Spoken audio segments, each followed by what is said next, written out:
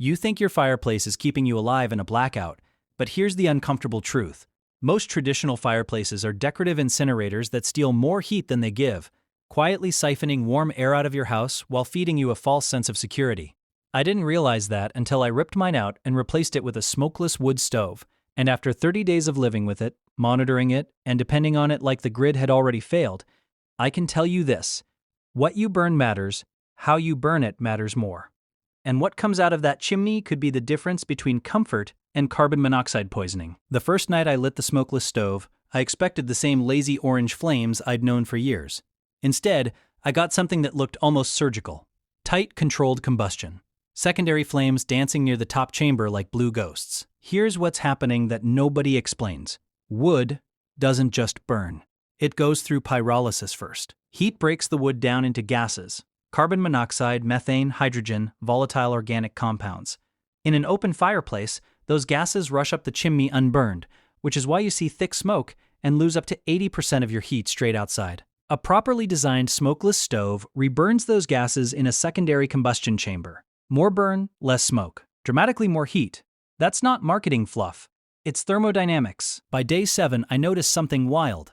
My woodpile was shrinking slower. I was using nearly 40% less firewood to maintain the same indoor temperature.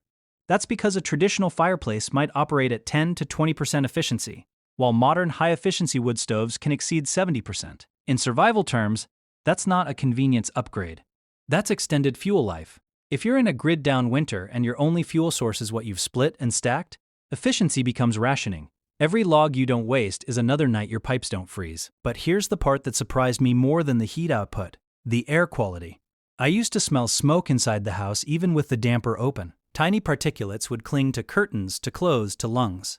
The smokeless stove reduced visible emissions almost completely once it reached operating temperature. That's because complete combustion produces mostly carbon dioxide and water vapor, instead of particulate matter and creosote.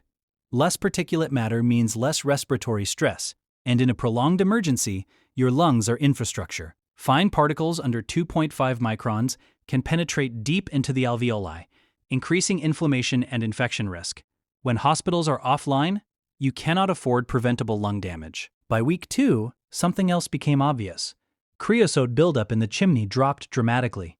Creosote forms when unburned wood vapors condense in a cool chimney, creating a tar-like deposit that is essentially fuel waiting for a spark. Chimney fires can exceed 2,000 degrees Fahrenheit. That's hot enough to crack flue liners and ignite framing. With the secondary burn system consuming those volatile gases, there was less material available to condense. I still inspected and cleaned, because discipline keeps you alive, but the difference was measurable. Fire risk isn't theoretical, it's physics plus neglect. Now let's talk about heat distribution, because this is where survival becomes strategy. A fireplace radiates heat outward, sure, but it also creates a vacuum effect. As hot air rises up the chimney, cold outside air gets sucked in through cracks in doors and windows to replace it. You're heating the outdoors. The stove, sealed and controlled, minimized that draw. The room stayed stable. That stability matters because hypothermia doesn't care if you have a fire. It cares about core temperature. Your body begins losing cognitive function as it drops below 95 degrees Fahrenheit. Fine motor skills degrade first. Judgment follows. A stable heat source buys you clarity. Around day 18, I ran a controlled experiment. Same outside temperature, same square footage, same wood type, seasoned oak at about 20% moisture content. With the old fireplace, I needed constant feeding. Every 45 minutes, another log. With the stove, I loaded it before bed and still had embers in the morning. That extended burn time isn't magic, it's oxygen control. By regulating airflow, you slow combustion without suffocating it.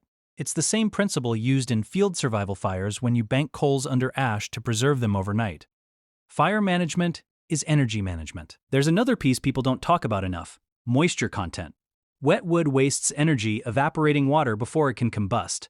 Every pound of water requires about 970 BTUs just to turn into steam. That energy doesn't heat your house. It vanishes. The stove punished me immediately if I tried marginally seasoned wood. The combustion efficiency dropped. The glass darkened. It forced discipline.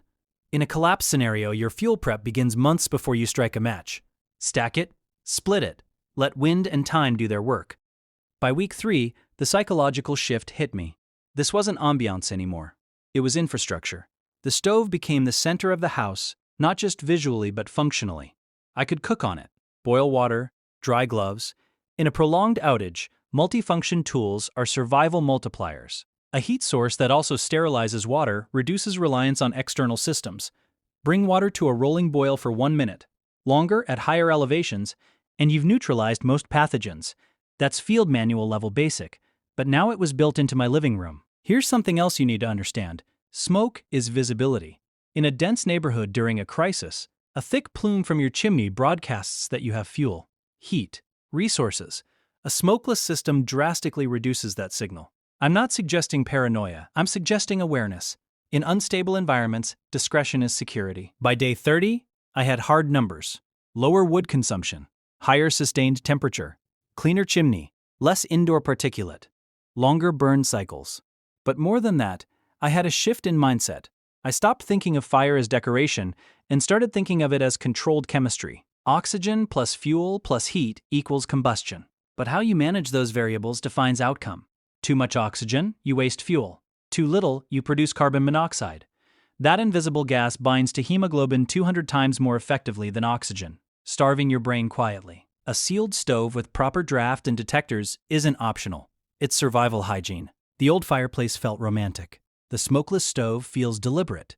And if the grid ever does go down for real, if winter hits hard and supply chains fracture, I know which one I want standing between me and the cold.